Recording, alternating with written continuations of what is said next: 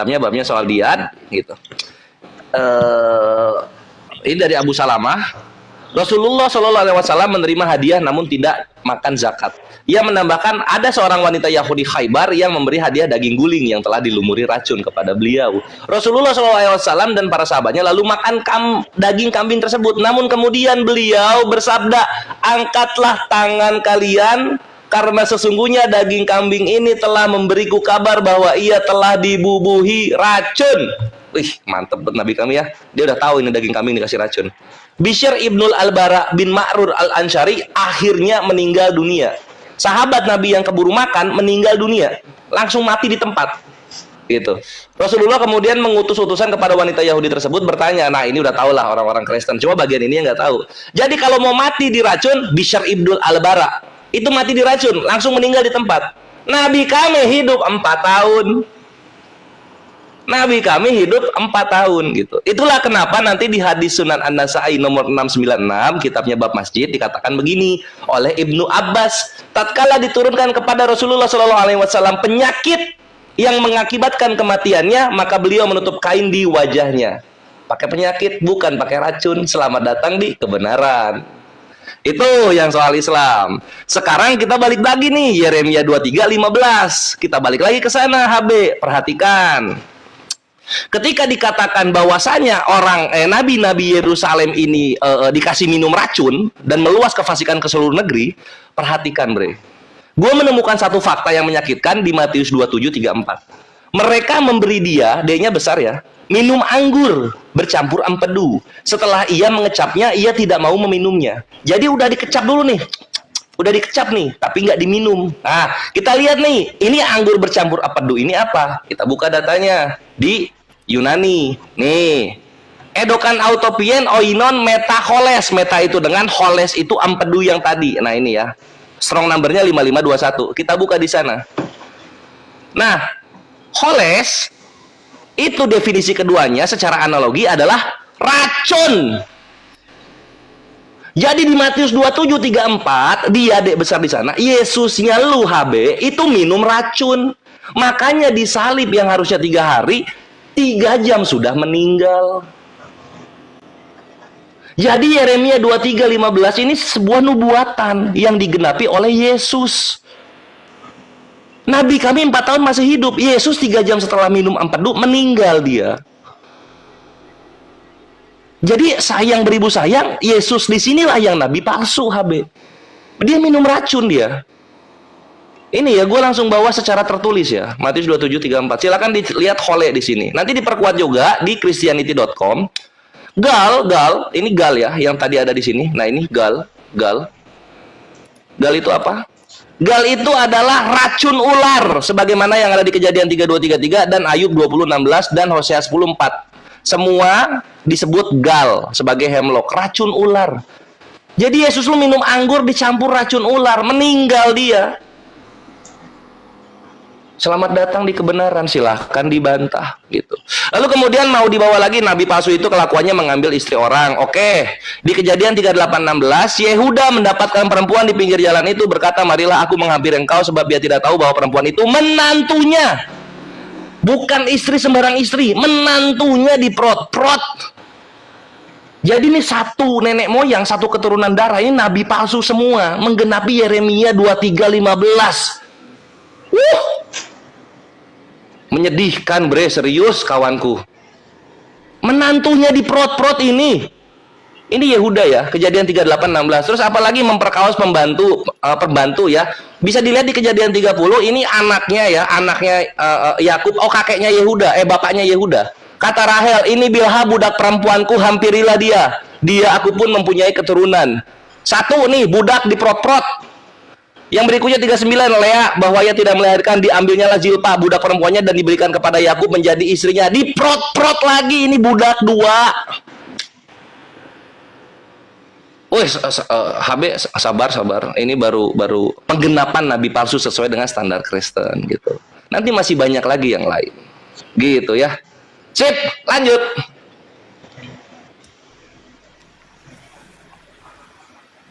Asik.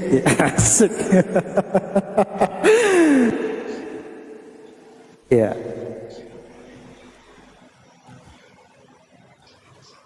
Ini gua konfirmasi dulu nih. Itu tadi Abu Daud 3912 ya. Yang dibuka ya. Oke, teman-teman. Iya betul, Abu Daud 3912. Oke. Ya, lagi-lagi ya teman-teman. Kalau tidak kritis memang sama teman-teman Islam ini, ya. Jadi saya nggak tahu ya, Kores nih bawa data Abu Daud 3912 nih, dia nggak tahu bahwasanya ini adalah data yang mematikannya gitu teman-teman. Kita lihat teman-teman ya. Abu Daud 3912. Saya nggak bacain yang udah dibacain dia tadi ya, bahwasanya Muhammad tidak menerima zakat dan dia memberitahukan. Kita lihat di teks terakhirnya. Rasulullah lantas memberitakan agar wanita itu dibun, maka ia pun dibun. Kemudian beliau, maksudnya Muhammad sakit, beliau sakit dan berkata pada sakit yang membawanya kepada kematian. Apa yang dikatakan Nabi Kores? Aku masih merasakan apa yang aku makan di Khaibar. Dan sekarang adalah waktu terputusnya punggungku.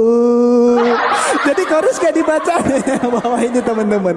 Justru Kores membawakan data di mana data ini memperkuat bahwasanya Muhammad ngaku sendiri dia koid, matinya kena racun. aduh. Makanya teman-teman ya, si Kores ini nggak tahu. Kok bisa-bisanya dia bawa data ini? Justru data ini memperkuat bahwasanya dari mulut Nabi sendiri, ya, dari mulut Nabi sendiri mengatakan bahwasanya dia merasakan apa? Makanan yang di Khaibar, teman-teman. Makanya ini loh ditanggapin loh Kores, ya. Sirah Nabawiyah ini tadi yang saya bawakin, ya. Di sini Nabi ngaku, nih saya bacain lagi, Aisyah, ya. Nanti kalau nggak ditanggapin saya nggak perlu bawa lagi lah teman-teman ya. Ini saya seperti itu, saya bawa dijawab, saya bawa nggak dijawab, saya bawa lagi untuk mengingatkan, nggak dijawab saya skip, mungkin agak berat ya untuk menjawab. Nih, Aisyah berkata Rasulullah dalam keadaan sakit yang mengakibatkan wafatnya, beliau berkata, wahai Aisyah, aku apa? Merasakan sakit, ya, merasakan sakit makanan dari Khaibar. Hal ini adalah tanda aortaku akan putus. Hal ini disebabkan oleh racun, bre. Ini pengakuan Nabi sendiri. Hal ini disebabkan racun. Gitu loh, bre. Nabi sendiri yang ngomong dia kena racun kok. Ya, kalau yang kamu sampaikan itu kan tafsir, bro, itu kan tafsiranmu, ya. Tidak ada literate dikatakan Yesus itu mati kena racun, nggak pernah ada, ya. Anggur asam itu banyak definisinya. Saya bisa tunjukkan anggur asam itu minuman murah yang disukai oleh para pasukan Romawi. Kalau Nabi Muhammad, bre, dia ngomong sendiri, bre, hal ini disebabkan oleh racun. Di mana itu? Dari kitab Islam sendiri, bre, Sirah Nabawiyah, bre. Dan juga data yang kamu bawa tadi, bre, ini loh, ya. Kemudian beliau berkata pada saat sakit yang membawanya kepada kematian. Sakitnya bawa koid, bre. Ini tertulis literate, bre. Terus tadi ngomongin tentang apa sih tadi? Ngambil istri orang. Waduh, ini blunder kau, bre. Blunder. Nih, dari tafsir At-Tabari, bre. Nih, kita lihat teman-teman di halaman, ya, tentang aduh. Nih teman-teman, ya. Ini cerita Zaid sama Zainab dan Muhammad. Ya, 3 serangkai ini, guys. Ya, kita lihat nih, bre, apa yang terjadi di dalam 3 serangkai ini, bre. Ya, di sini dikatakan Allah berfirman kepada nabinya sebagai teguran kepada beliau. Ingatlah wahai Muhammad ketika kamu berkata kepada orang yang diberi nikmat oleh Allah berupa hidayah dan engkau beri nikmat berupa kemerdekaan, yaitu Zaid. Ya, apa kata Nabi? Tahanlah terus istrimu dan bertakwalah kepada Allah. Hal itu karena Zaid binti Zaid terlihat oleh Nabi, bre. Sehingga apa, bre? Sehingga beliau tertarik kepadanya, bre. Padahal ia terikat dengan pernikahan maulanya, bre. Ini masih terikat pernikahan sama orang, kenapa kok Nabi kok malah naksir, bre? Tolong dijelasin, bre. Bahaya ini, bre. Kalau orang Islam ini dikhotbahkan di masjid, bahaya ini, bre. Kok Nabi suka sama istri orang, bre? Waduh, ini nggak tahu ya, bre ya. Ini kawan kita di sebelah nggak tunjuk muka, apa malu, nggak tahu kita. Langsung hilang mukanya, bre. Aduh, berat saudara-saudara.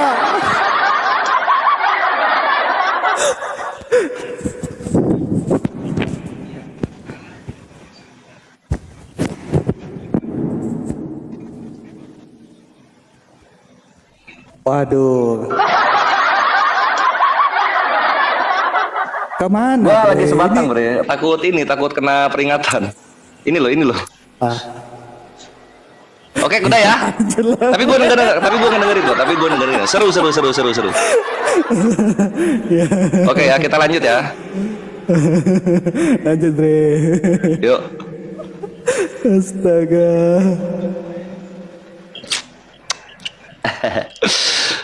Seperti yang gue bilang, kawan-kawan Kristen itu ketika kembali kepada kitabnya, mereka nggak akan bisa menjawab gitu.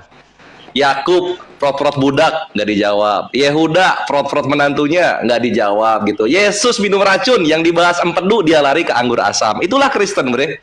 Dan lihat perhatikan data yang gua bawa. Sunan Abu Daud 29:12. Dikira gua takia Korintus apa? Lu lihat sini, bre. Lihat sini. Ini kan yang lu bawa kan? Ini nih, Daud 39:12. Kemudian beliau berkata pada saat sakit yang membawanya kepada kematian. Aku masih merasakan bla bla bla bla bla racun. Ini sakit atau racun di sini? Sakit atau racun? Heya. Udah dibongkar data lu, bre. Nah, terus berikutnya yang ini juga nih. Itulah kenapa dari Ibnu Abbas penyakit yang mengakibatkan kematiannya bukan racun Khaybar sebagaimana empedu yang mengakibatkan kematiannya. Sirah Nabawiyah lu yang lu bawa itu titik Nabi mati karena racun. Itu bukan Nabi yang ngomong, itu penulisnya yang ngomong. Itu kan ada tanda kecil tuh, footnote-nya. Itu lu baca di situ footnote-nya. HB mau bohong-bohong depan kores anjing ahli data. HB Zainab sekarang ya, perhatikan Zainab. Katanya dia bilang Nabi mengambil istri orang katanya. Perhatikan di sini. Maka tatkala Zaid telah mengakhiri keperluan terhadap istrinya, ini Tirmizi 3137 ya, menceraikannya, dar, selamat datang di kebenaran. Udah cerai, beda sama Yehuda, masih jadi menantu, diprot-prot itu menantunya. Makanya itu nabi-nabi Yerusalem di awal gua bilang matinya diracun sama Tuhannya sendiri. Gitu, HB. Perhatikan, ada nggak istrinya nabi-nabi kalian yang seperti istri nabi-nabi kami? Kalian hanya dinikahkan oleh keluarga kalian, sedangkan aku dinikahkan oleh Allah dari atas 7 langit. Bangga Zainab nikah sama Nabi. Ini Zainab kalau bangkit, bre, kalau bangkit sekarang diludahin satu Kristen yang menghina nabinya, yang menghina suaminya.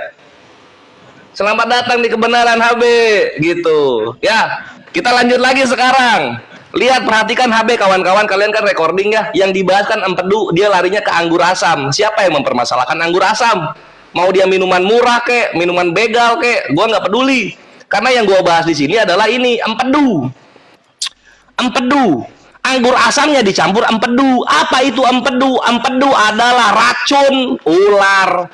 Balik lagi, itulah kenapa Yesus lu ketika disalib baru 3 jam sudah meninggal. Disalib jam 12, 3 sore sudah meninggal. Kenapa nggak dibahas? Ya malu. Lu malu. Gitu loh. Lu malu, bre. Belum nanti di sini coba, nih anjir. Nih, lihat, layangkanlah mata-mata ke bukit-bukit gundul dan lihatlah di mana engkau tidak pernah ditiduri. Di pinggir jalan engkau duduk menantikan kekasih seperti orang Arab. Jadi ini ya, ini nabi-nabi Yerusalem kelakuannya seperti orang Arab di padang gurun, birahian. Kan gitu, ya enggak? Kenapa birahian? Ya lu lihat aja kelakuannya ini. Yehuda 38:16 prot-prot sama menantunya. Menantunya ini loh, bre. Belum cerai ya, menantu ini masih ada. Kenapa nggak dibahas? Ya kalian malu. Kalian malu dari Tuhan kalian sampai ke nenek moyangnya kelakuannya seperti nabi palsu. Ah gitu gua masih halus gua. Nah, di sini juga ini 33 kata Rahel, ini Bilha budakku perempuan, hampirilah dia, diprot-prot sama Yakub. 39 dilihat Lea bahwa ia tidak menekan lagi, ambillah Zilpa budak perempuannya dan diberikan kepada Yakub menjadi istrinya, diprot-prot lagi. Hobi banget prot-prot budak. Dua diprot-prot budaknya. Apa yang kurang untuk menjadikan Kristen itu mengimani nabi-nabi palsu jadinya? Itulah kenapa balik lagi Yeremia 23:15 ya, itu nabi Yerusalem dikasih minum racun. Langsung meninggal. Coba alhamdulillah, gua bersendawa kemenangan dulu, Bre, gitu. Dan lu nggak bisa ngebantah, Bre, Yesus di sana minum anggur asam campur empedu 3 jam. Lu ini HB, lu kalau nyalip gua, Bre, lu nyalip gua nih ya, gua 1 hari bisa gua hidup, nggak cuma 3 jam. Yang paku kan tangan nih sama kaki, kecuali kalau jidat gua dipaku ya matilah gua langsung, itu kan nggak perlu 3 jam. Lah Yesus lu disalib paku tangan sama kaki 3 jam meninggal.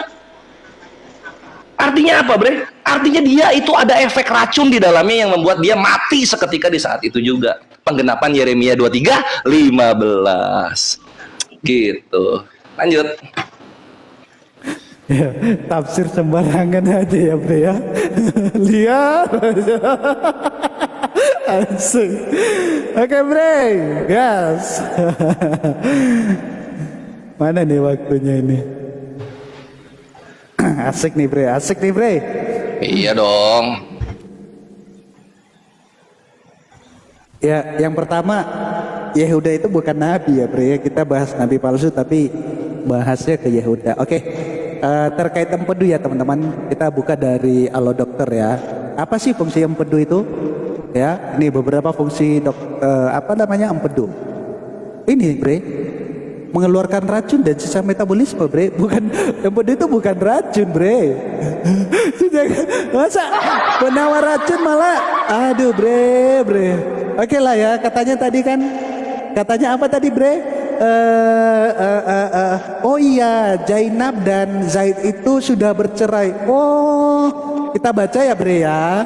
Ya, apa yang membuat mereka bercerai, Bre? Kita lihat ya. Saya lanjut yang tadi, teman-teman ya. Hal ini karena Zaid terlihat oleh Muhammad sehingga beliau tertarik kepadanya, padahal ia terikat dengan pernikahan maulanya. Jadi Muhammad masih terikat, Zainab dengan Zaid masih terikat. Muhammad suka sama dia. Kita lihat, karena Muhammad suka sama si Zainab atau tertarik di sini ya, di dalam hati Zaid timbul rasa apa, Bre? Nih kita lihat apa yang menyebabkan mereka bercerai, Bre. Aduh, Bre. Timbul rasa apa? Tidak suka terhadap perasaan yang terbesit di hati Nabi. Jadi karena Muhammad suka sama istrinya Zaid, si Zaid nggak enakan, Bre. Dia nggak suka, Bre. Terus apa yang dilakukannya, Bre?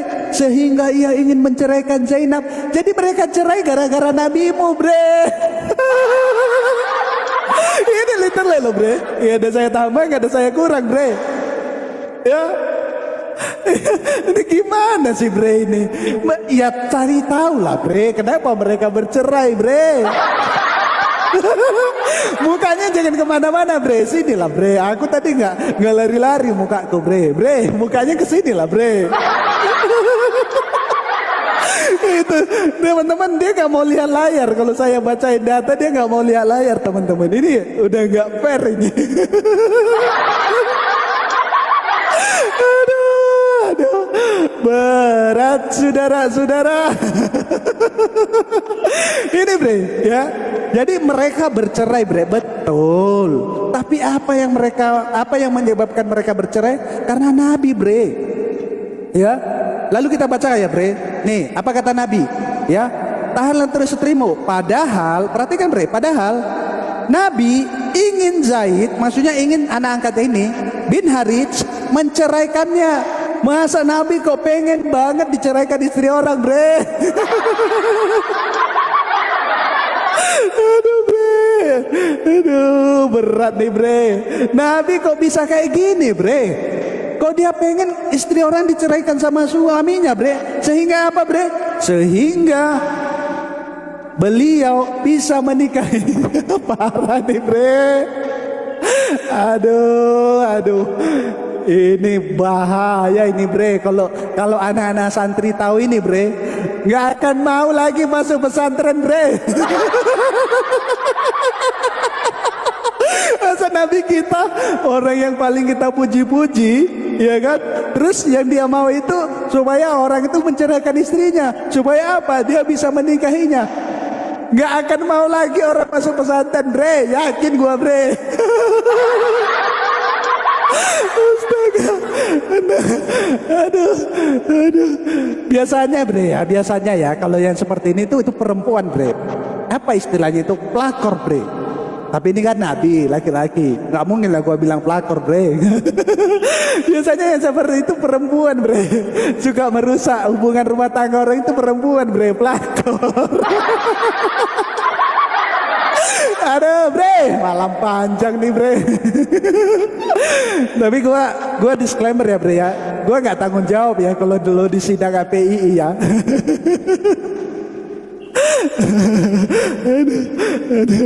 Aduh, bre. Aduh, tarik nafas dulu, guys. Ketawanya terlalu berlebihan, bre. Coba, bre, dijelasin, bre. Kok bisa Nabi itu kok pengen banget gitu loh, supaya istrinya itu diceraikan biar bisa dia nikahin, itu gimana itu, bre? Nabi kok suka merusak rumah tangga orang, bre? Anak angkatnya loh, bre. Parah ini, bre. Silakan, bre.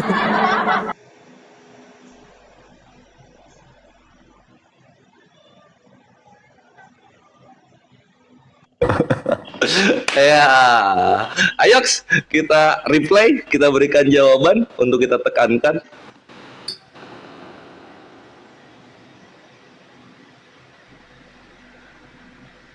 Oke, mantap Smabre. Jadi ketika lu bilang Nabi itu memprot-prot menantunya, ternyata itu sudah patah ya. Karena di situ Nabi masih tertarik, lalu kemudian Zaid menceraikan. Gak ada masalah gitu. Kalau kita lihat data, Bre, kalau kita lihat data, ini nenek moyangnya Tuhanmu gitu, yang menyebabkan nanti penebusan dosa kan gitu. Nah, sini. Lu lihat di sini. Mana dia? Nah, ini masih menantu. Ini masih menantu. Udah diprot-prot ini masih menantu. Gitu loh. Yang kayak gini mau dibandingin sama Nabi kami. Coba kita lihat nih ya, kita lihat kalau misalnya anak-anak pendidikan sekolah minggu membaca ini, apa mereka nggak mualaf? Ih, saya nggak mau, nenek moyang Tuhan saya kok. Nenek moyang Tuhan saya kok. Dia menghampiri menantunya, ih nggak kayak Nabi kami.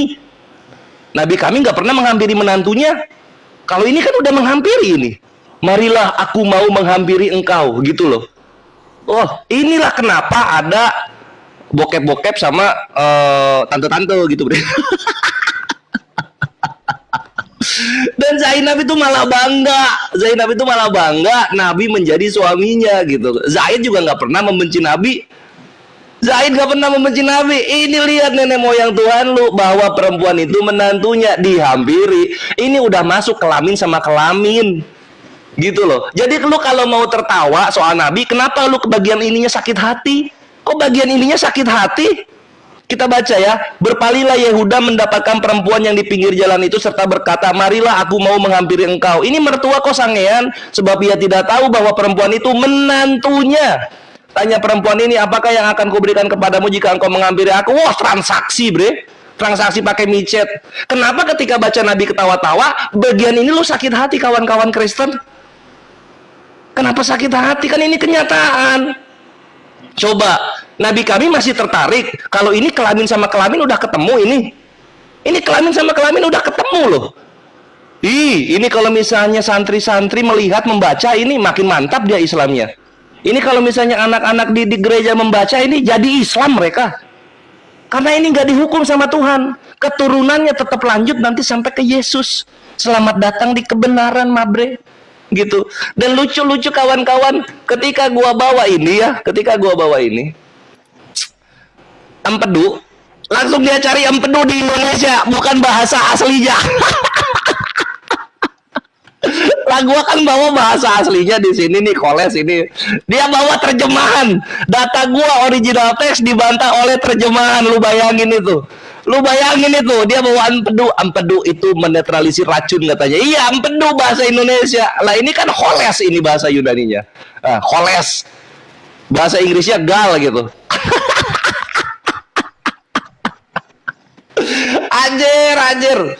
Lu rata serius Abe, lu rata serius gitu loh. Kenapa? Karena nenek moyang Tuhan lu di Yehuda yang nanti dari spermanya ini akan keluar berkontribusi terhadap jadinya wujud manusia Tuhan lu, dia ini masuk kelamin sama kelaminnya dengan menantunya. Nabi kami masih tertarik. Gitu kan? Jadi yang berzina dengan menantunya merebut istri orang itu siapa? Kan gitu. Kan gitu ya? Nah sekarang mengenai Yeremia 23:15 nih, Yeremia 23:15 gitu kan, nabi-nabi Yerusalem dikasih minum racun. Pantes itu, karena sesuai standar kalian. Yakub prot-prot budak, ya, Yehuda prot-prot menantunya, Yesus minum racun. Nah sekarang soal perkara minum racun, lu lihat di sini dikatakan begini, korban-korban penyaliban ini dari worldhistory.org ya, worldhistory.org. Korban-korban penyaliban diekspektasikan akan hidup beberapa hari. Sangat problematika sekali di dalam Bible. Yesus mati cuma 3 jam.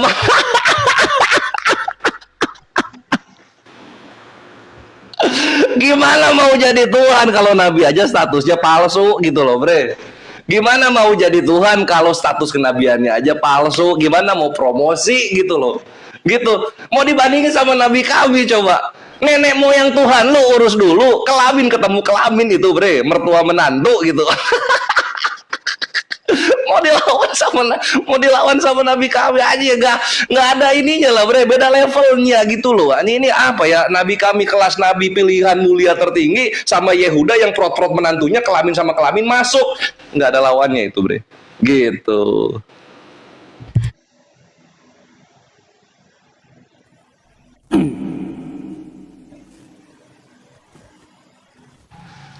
Oke, pegangan ya bre ya.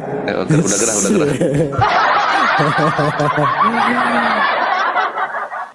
Ya itulah ya teman-teman, kehabisan bahan, kehabisan materi dari tadi Yehuda terus yang dibawa.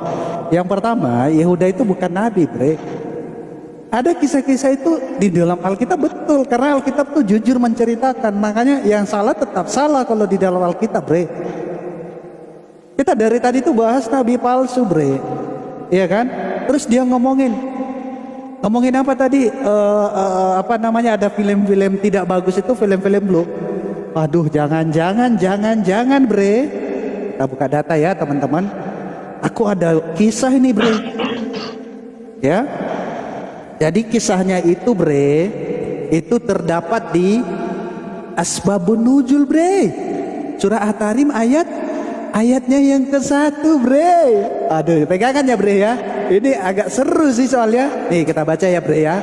Jangan-jangan, bre, film Jepang tuh terinspirasi dari ini, bre. Tak bacain, bre. Al-Hakim dan Anasai meriwayatkan dari Anas bin Malik dengan sanad yang doif. Sohi, bre, sohi. Sorry, saya salah baca. Sohi ya. Dia menuturkan Muhammad memiliki budak wanita yang biasa beliau gauli, bre, pembantu nih, bre. Ini terinspirasi nih, pembantuku, penyelamatku, bre. Bahaya ini, bre. Lantaran Aisyah dan Hafsah tidak senang karena nggak suka nih, bre, sama nabimu, bre, dengan dia prot-prot sama pembantu tadi, bre. Apa ini mereka tuh? Dengan sikap Rasulullah kepada budak wanitanya, akhirnya beliau mengharamkan. Ceile, udah ketahuan top ketangga bahasa, haram. Udah ketahuan aja lu ngomong haram. Tadi pas lu naikin enak aja lu. Aduh, bre, nabinya kok gini banget, bre. Kok gini banget, bre. Udah ketangkap basah baru haram. Tadi pas nggak ada orang lu sikat aja. Terus dia ngomong nenek moyang. Oke, kalau mau bahas nenek moyang aman bre. Aku tuh senang banget itu bre. Aduh bre. Nih bre, Sirah Nabawiyah bre, Ibnu Hisam. Kita baca bre, ya. Bapaknya nabimu bre, kita lihat bre kelakuannya bre. Kita lihat ya bre, pelan-pelan bre, pegangan. Lihat sini lah bre. Makanya jangan lari-lari bre, lihat sini bre. Wanita yang menawarkan diri kepada Abdullah. Siapa Abdullah ini bre? Bapaknya Muhammad bre. Nih, wanita tersebut adalah Waraka, saudari Waraka bin Naufal bre. Ini juga orang yang menabiskan nabimu, ya. Kita lihat teman-teman. Ketika wanita tersebut melihat Abdullah, bapaknya Muhammad, ia berkata, engkau akan pergi kemana wahai Abdullah? Cece. Abdullah menjawab, aku akan pergi bersama ayahku. Wanita tersebut berkata, engkau seperti unta yang disembelih, gaulilah aku sekarang. Ini bapaknya Nabi bre.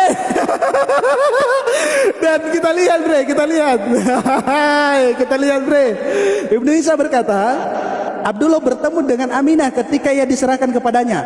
Abdullah menggaulinya, lalu mengandunglah Aminah. Siapa yang dikandungnya? Muhammad. Setelah Abdullah keluar rumah, setelah itu, maksudnya setelah bapaknya Muhammad bre menggauli Aminah, dia keluar rumah, pergi ke rumah wanita yang menawarkan diri tadi bre. Micet nih bre, udah kayak micet nih. Bapaknya Nabi nih bahaya nih bre. Apa yang dibilangnya bre? Perhatikan bre, kita lihat bre, apa yang dikatakan bapaknya Muhammad sama wanita tadi bre. Apa yang dikatakan?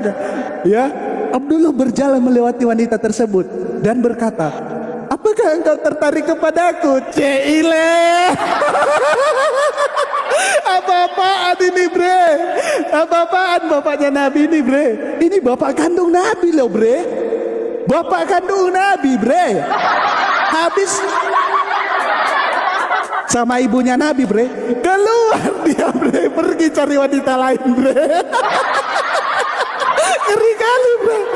Astaga, parah banget bre. Tolong jelasin bre, nanti orang nggak mau nyantri lagi nih gara-gara ini bre. Aduh. Sorry ya bre, agak keras bre, sorry bre. Aman, everything is under control bre. Sorry bre. Masih kerasan gua soalnya. Masih kerasan gue. Siap lanjut deh. Oke, ayo gas.